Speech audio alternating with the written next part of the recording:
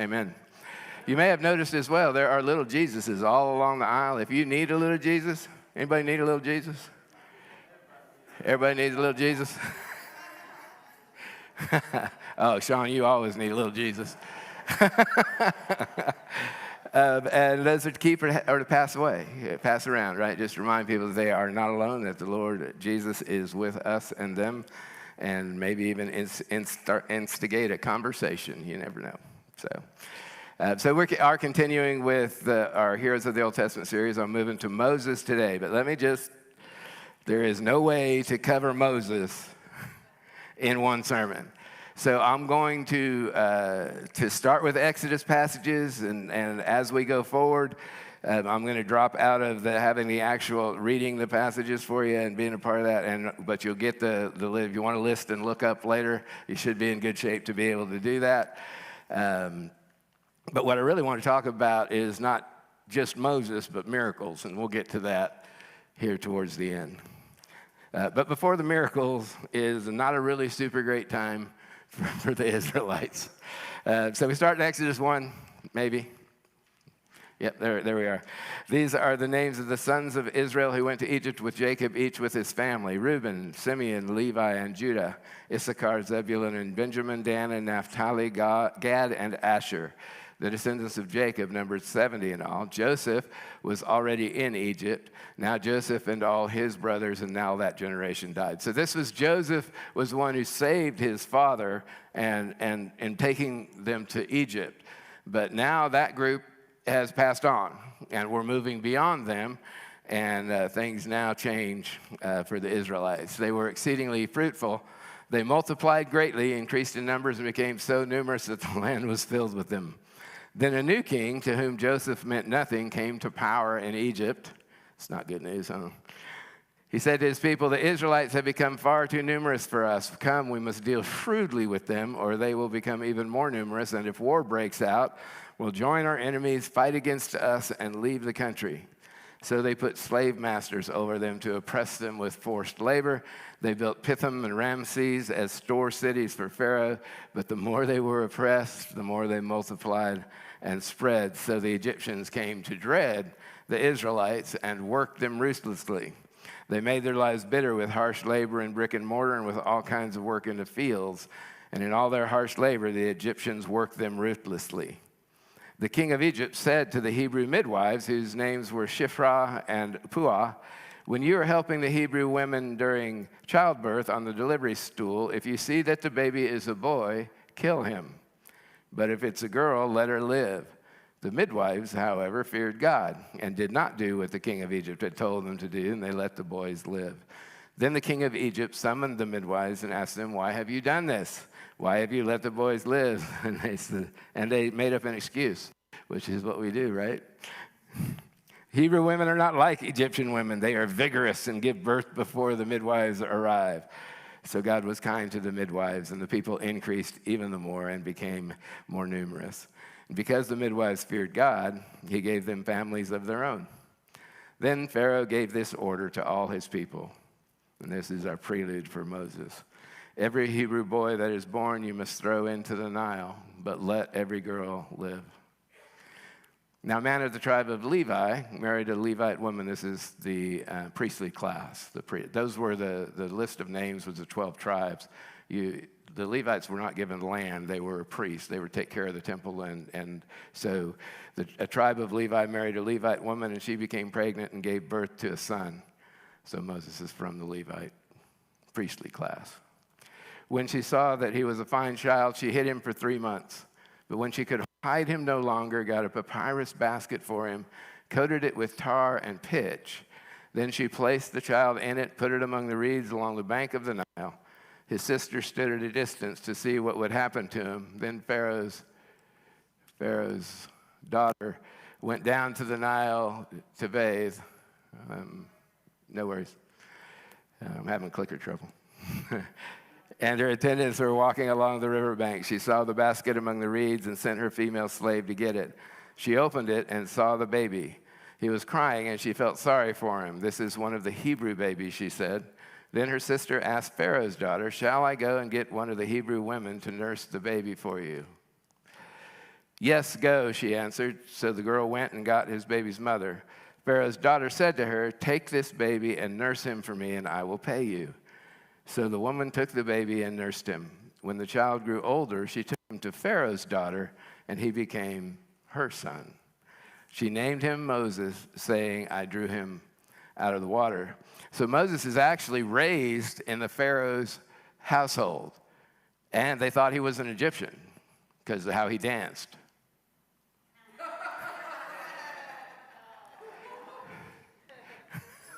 No?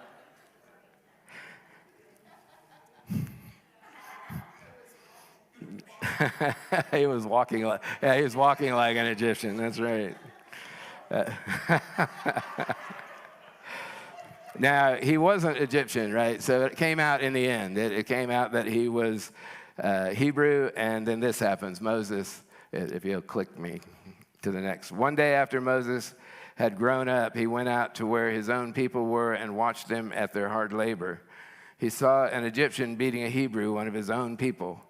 Looking this way and that and seeing no one, he killed the Egyptian and hid him in the sand. The next day he went out and saw two Hebrews fighting. He asked the one in the wrong, "Why are you hitting your fellow Hebrew?" And the man said, "Who made you the ruler and judge over us? What are you going to do? You thinking about killing us like you killed that Egyptian?"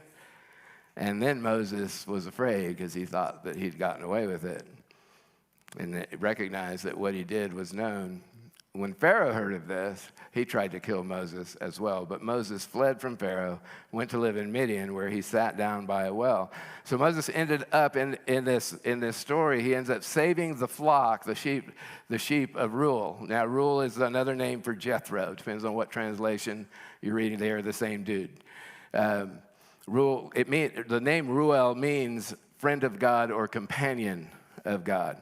And it appears in the Bible. It's given to multiple individuals, but the most famous is the father-in-law of Moses, which we're talking about here, Jethro. It's also the name of a son of Esau, who is a leader in the tribe of God as well.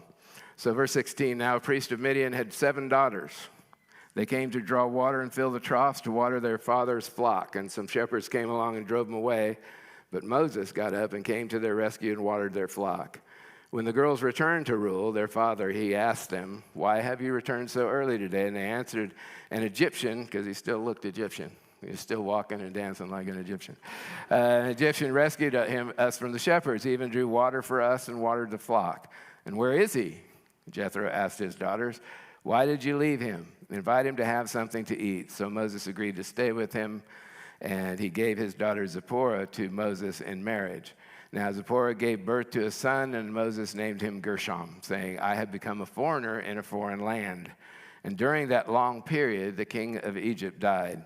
The Israelites groaned in their slavery and cried out, and their cry for help because of their slavery went up to God. God heard them, and he remembered his covenant with Abraham and with Isaac and with Jacob. So God looked on the Israelites and was concerned about them. Okay, so that's the beginning of the story. We've gone through some critical scriptural moments for that. Moses' birth, the unusual outcome of the basket in the Nile, trained by Pharaoh and then run off by Pharaoh. After he kills an Egyptian, now he herds sheep for 40 years for Jethro. And then comes the burning bush. Exodus 3 is where that is. And one of the many interesting things about the conversation that God had with Moses, have any of you felt a calling to a ministry or to a work or to something, and you argued with God about it? Yeah. I'm not the one, right? You got the wrong person. I don't have that skill set. And Moses went even further. He said, "I don't talk good," and he upsets God a little bit. And God says, "All right, don't worry about talking. I'm going to send Aaron with you." So he takes all that Moses complained about and said, "Go do what I told you to do." And by the way, if you're trying to run from a call, he's going to find you too. There is no running from God. So now we get to the Exodus, and it starts out with these plagues. The water turns to blood, frogs come, lice come, flies, disease on livestock, boils on skin that won't heal, hail and fire, locusts, darkness, and eventually the angel of death. that came through. And Pharaoh was, no, no, no. They say, no, no, no, no, no, no, no, no, you can't go. Yes, go ahead, because it finally got his attention, and his heart became unhardened. Now, the interesting about the death of a firstborn, you know what that signified? Anybody got the name of that? To pass over. The angel of death passed over the homes that had the lamb's blood on them. And that's where Passover comes from. It's where they still, every year, it's one of their feasts of Passover. And so when we did the Haggadah and the Passover and the Seder last spring, well, that's what we were celebrating, was when God passed over them, and it's the blood of the Lamb that saved them. You know what saves us? Yeah, Jesus, the blood of the Lamb. Gives me chills. Whew. To pass over. Because when we screw up and we can't do it, it's awesome to know that we're not done. That God is there to redeem the unredeemable and to forgive the unforgivable. And let me just say, I say this often, but I really hope that it sinks in, is that there is no sin, none, big enough that God's grace won't cover it. His grace is that big, you know.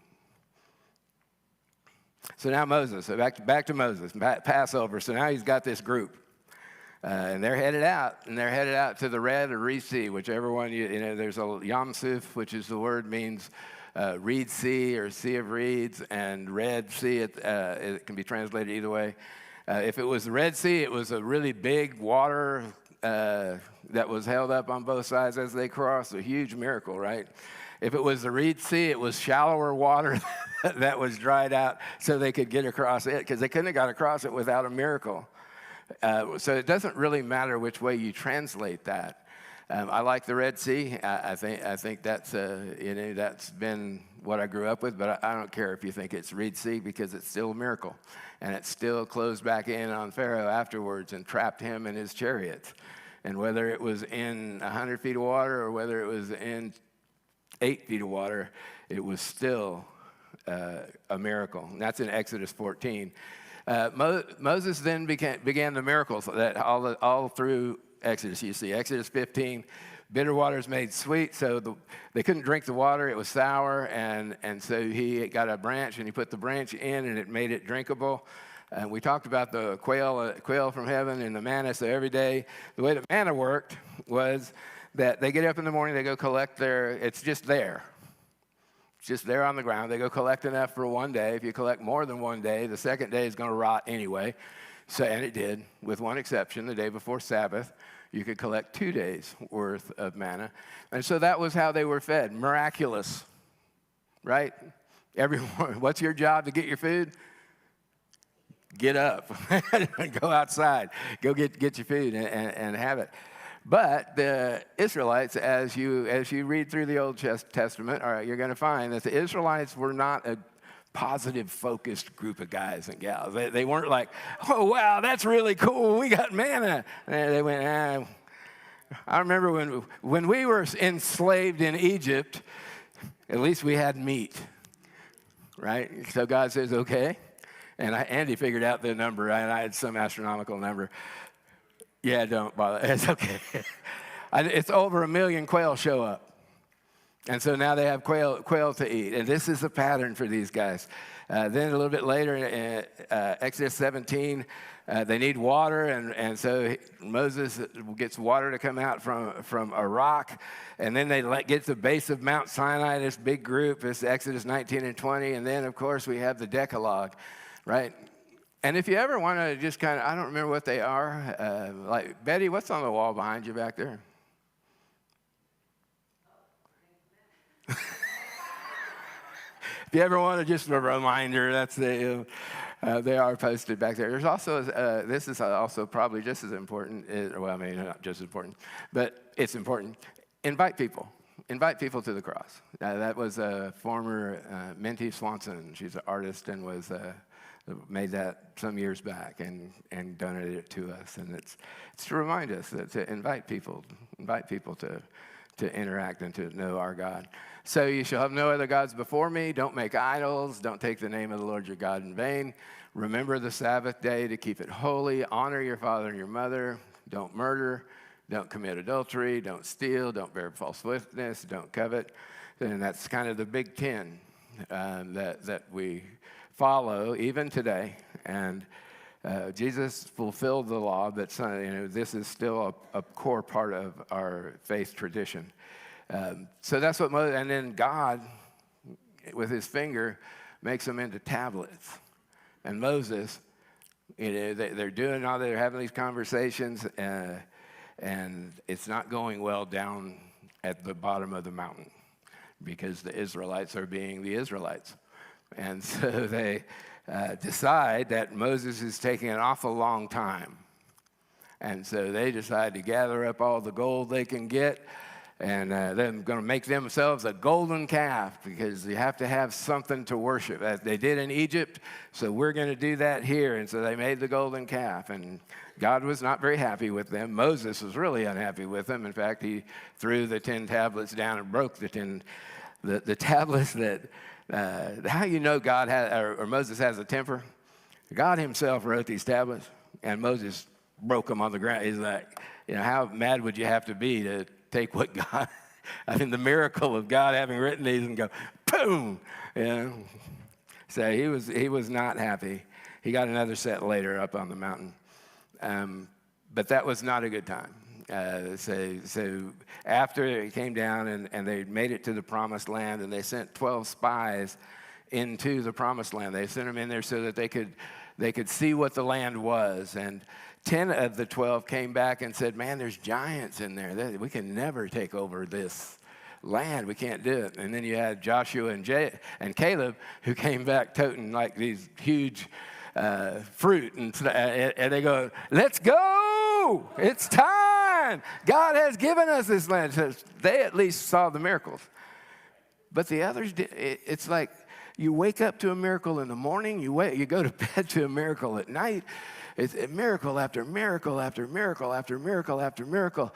And then they go into this land that God has promised to Abraham and Isaac and Jacob and you. And you go, I don't know. I don't think we can do it. So they got a new assignment. 40 years walking around in the wilderness. So you might go, why? What was the point of that? It's, that whole generation that said no had to die off. They would not be allowed into the promised land. And so they did. They wandered in the wilderness for 40 years. That's in Deuteronomy and Numbers. As part of this, some more miracles. Moses gets water from the rock again, only this time he did it differently than what God had asked him to. And so now Moses was not going to get to go into the promised land either. But they journeyed around Edom. Moses got the law, and then they get back to the place where they're going to go back in, and Moses passes away in Deuteronomy 34. Okay, so that's Moses at warp speed. There's a bunch I didn't touch on, by the way. If you go in, this is worth, Genesis the Bible's worth reading. How about that? He developed a system of legislation that we still use today, for the most part. And it was Jethro. It was Jethro who gave it to him. See, Moses was trying to hear of this, we don't know, hundreds of thousands or million plus people. He's trying to hear all of their cases, from the smallest to the large, and he was worn out. And Jethro said, this is not good for you. Why don't you do this? And he said, set up 10 to hear the kind of the smaller cases, 10 for the little bit more, 10, and you hear the big ones. And it's what we do, magistrate court, state court, felony court, all of those things. And we still basically use that same process in our court system that was developed by God through Jethro, through Moses. So in flying out through all that, I touched on a bunch of miracles. An amazing thing about miracles, and I believe this to be true for us too, for the most part, their impact never really lasts. You get a miracle and it's like, wow, that's cool, that's cool, that's cool. And then over time, it begins to diminish. you know? And I think that's what happened to the Israelites, is that, now, I don't know, I say that and then I go, dude, they were every morning. But that's I think that's human. That you know, it's like, what's next? Instead of being in what is. You know, the burning bush, I mean, how cool is that? That's, you know, bush is burning, it's not getting consumed. It's an amazing thing. And then forgotten about by the Hebrew people in the wilderness. Plagues descended on Egypt that got you out of Egypt. 10 of them. Hard to forget, right? Except they did somehow. They didn't trust God anyway. The God who did all that. Oh yeah, the Red Sea. Made a pathway across the body of water and then closed it in on the people behind you. That was cool. Way to go. I'd really like some meat instead of this dang manna. Clearly, God is active, right? He's active in their lives. And by the way, he's active in ours. Even after that, Moses goes to Mount Sinai to get the Ten Commandments. The people create a new God, the golden arches, the golden calf, and they worship it. And Moses convinces God to change his mind on destroying the people. This was, let me say this. We have a promise that wasn't going to happen, so it wasn't going to happen. But what a great, it's for us, I think, because Moses prayed and spoke to God, and God changed his mind, so to speak, which tells us that intercessory prayer works. Don't give up on it. Keep praying. It may not be easy. It may not have happened yet. Keep praying. Keep praying. So they get to the promised land, 12 spies, 10 come back. Joshua and Caleb are gung-ho and the others aren't. It's just incredible, all of this that goes on. Oh, by the way, Joshua and Caleb got to go into the promised land. Oh, is that you, Larry?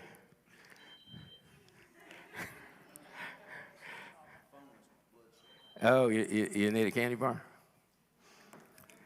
No? That's bad, Tammy? No candy bars? Oh, all right. No, you're good, man. You've been here before. I like these little moments that God does. This is Larry Talbert, everybody. He plays keyboards all the time, and he sings harmonies. And so when you hear that male harmony, and it's so beautiful, it's him. And if you hear that male harmony and it's off, it's still him.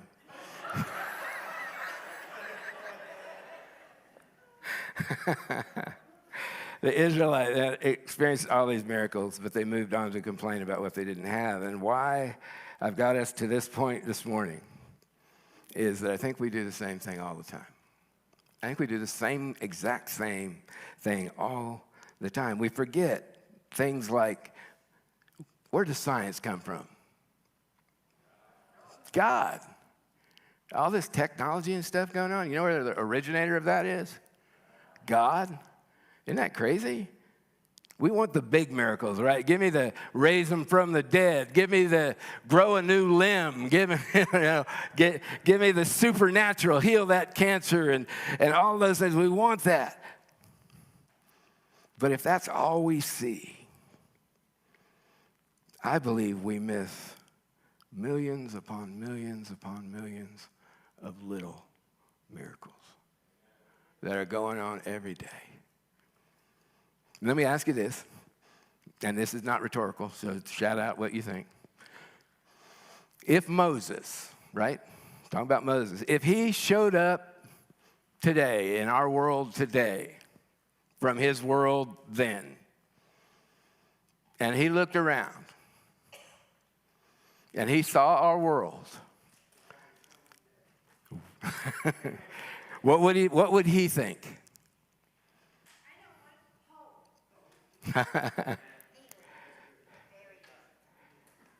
I don't think he'd be disappointed. I think he'd be amazed. Yeah, he would be like, wow, miracle. How does that happen? You don't have to have God write it on a stone tablet. What are those things out there that people keep rolling up in? Wow, miracle. Do you know that God gave us intellect? God gifted us with the ability to be creative. We are made in Imago Dei. He is creative. He is creative. We are. He is revelatory. We are revelatory as well. And when we don't remember that, it's easy to think that aren't we cool? And it wasn't us anyway. Because it wasn't. And I didn't even get yet to the craziest of them of all.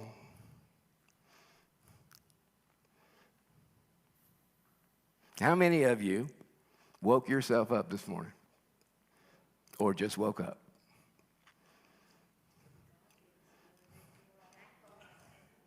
Oh, so you remember you slept intentionally and you were sleeping and then you decided, I think I'll get up now?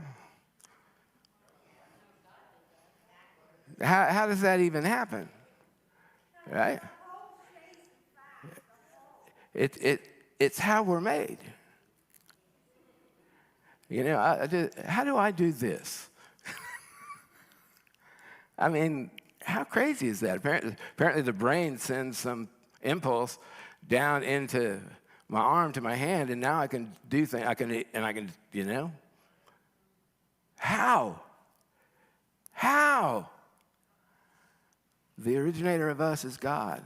Don't take away what he did and make it ours. Because it's not. There are big miracles, and I love big miracles, and I love when they happen. God's still in the miracle business, the big miracle business.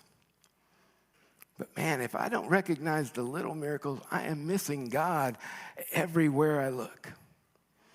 Everywhere. Because everywhere I look, I can see God if I'm looking for him. We do that series at the movies as kind of a point of that. But it's really, you know, if I look for God, I will find him. He is at work in your life and my life to help us to become the men and women of God that he created us to be. He's not going to let you stop short of that if you let him take you further. He's also a gracious God who gave us the great curse and gift of free will. We can say no at any point, and we can not do. And then that grace thing comes in, and when we get back on track, he says, come on. The Father at the road, come on. I got the coat for you. That's who God is. And if we maintain sight on the miracles we actually have, it just might open the door to miracles we don't. Because things are possible now that were absolutely impossible before. Is that true? Not even that long ago. How many of you have always had access to a cell phone your whole life? Yeah. How many of you haven't? A bunch of old farts.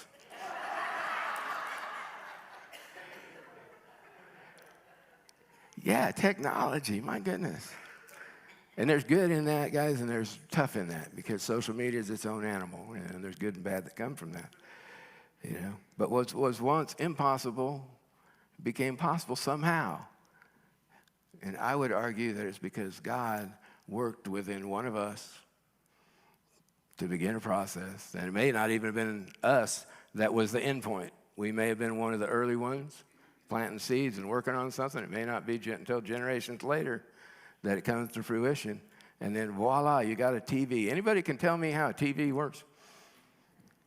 You plug it in. There it was. I was like, yeah, that's good. Yeah. But that's what we know. We take it for granted. What a miracle. You know, I talked to a dude named Marconi, and next thing you know.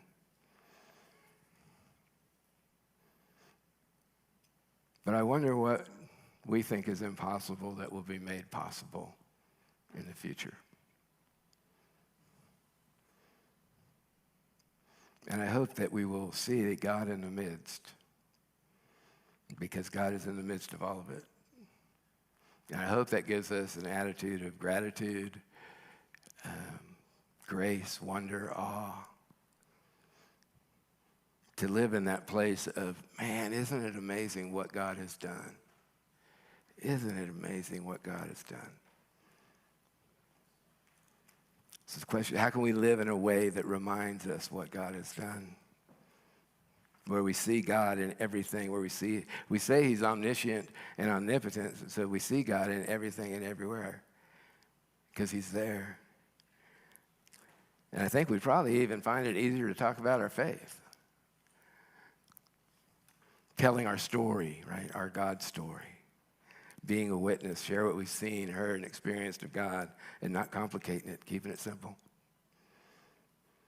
When I was writing this earlier in the week, I got to this place in the message, and I was a bit overcome by the enormity of what God has done in my life. You know, my joke is that I'm an oil-filled drunk, right, who managed to find sobriety and over the course of 20 years in counseling and then became a pastor. Not my idea, you know. But it's a God idea, you know. It's just crazy because that's an impossibility, right? I mean, who I am today and who I was then, you would recognize my face, but you wouldn't recognize much else, you know. And I'm not alone because he wants to do those kinds of things in all of our lives. Let it be so, Lord. Let it be so.